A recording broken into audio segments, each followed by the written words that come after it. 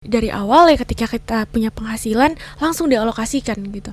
Kita Mhm. tahu oke ini porsinya kita untuk self reward ini itu cuma segini doang gitu. Hmm. Sisanya ya memang udah buat kebutuhan, Mhm. untuk tujuan kita, untuk pensiun lah. Jadi ya mulai tujuan-tujuan kita tuh masukin ke celengannya masing-masing gitu.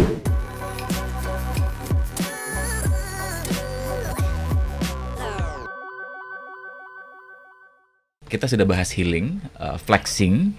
Ini banyak banget yang spend budget more gitu hanya untuk kontennya di sosial media untuk diakui, di-recognize gitu ya sebagai sebagai bagian dari komunitas gitu ya. Iya. Self reward ini juga menjadi pembenaran bagi banyak orang, anak-anak muda yang kemudian akhirnya over control uangnya, dan tadi akhir bulan misalnya ya, mulai pusing gitu karena tagihan banyak gitu. Ini gimana memaknai istilah self reward ya? Alih-alih kita memanjakan diri kita dengan atau setelah melalui sebuah pekerjaan besar gitu ya, itu gaji kita untuk kita nikmati dan lain sebagainya, tapi kemudian akhirnya kita nggak bisa mengontrol. Mhm. Coba implementasikan teknik menyisihkan, jangan menyisakan. Oke. Teknik menyisihkan ya? Bukan menyisakan. Oke. Iya, kesalahan orang biasa nyisain aja kan. Heeh. Baru ini buat investasi ya sisanya cuma 10.000. Aku tuh nggak sanggup buat investasi gitu kan. Itu yang biasa orang-orang anak muda lakukan kan. Mhm. Boleh kok self reward. Aku juga suka jajan gitu kan. Jajan skincare, apalagi cewek kan. Betul. Ya ampun Mahal. skincare, ya ampun Kak Yudi. Mau jadi cantik susah banget kan. Pagi, siang, sore, malam. Pagi, siang, sore, malam. Belum lagi bajunya juga harus touch me gitu Iya, ya. betul. Harus cemerlang gitu kan. Oke, menyisihkan. Menyisihkan. Oke, menyisihkan ya. Nah, jadi dari awal ya ketika kita punya penghasilan langsung dialokasikan gitu. Kita tahu oke ini porsinya kita untuk self reward ini itu cuma segini doang gitu. Sisanya ya memang udah buat kebutuhan, untuk tujuan kita, untuk pensiun lah. Jadi ya mulai tujuan-tujuan kita tuh masukin ke celengannya masing-masing gitu lah. Taruh sedikit. Lama-lama kan jadi bukit kan. Iya, betul. Oke, ini Gitu. tadi menarik, Valen mengatakan tujuannya apa dulu tetapkan, kemudian kita membuat pos-pos, celengan-celengan. Masukin gitu ya. Yes.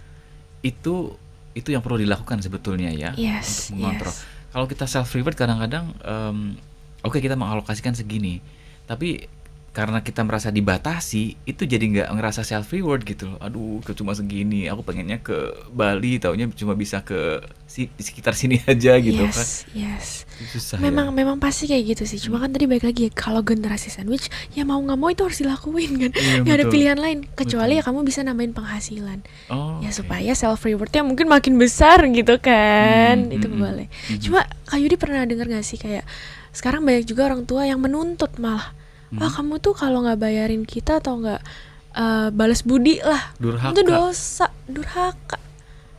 Ada, iya. Iya, ada kan. Ada. Nah menurut Kak Yudi itu sebenarnya gimana nih? Memang kalau Kak Yudi di posisi itu gitu, apakah akan tetap membantu orang tua atau malah ya udah deh gitu.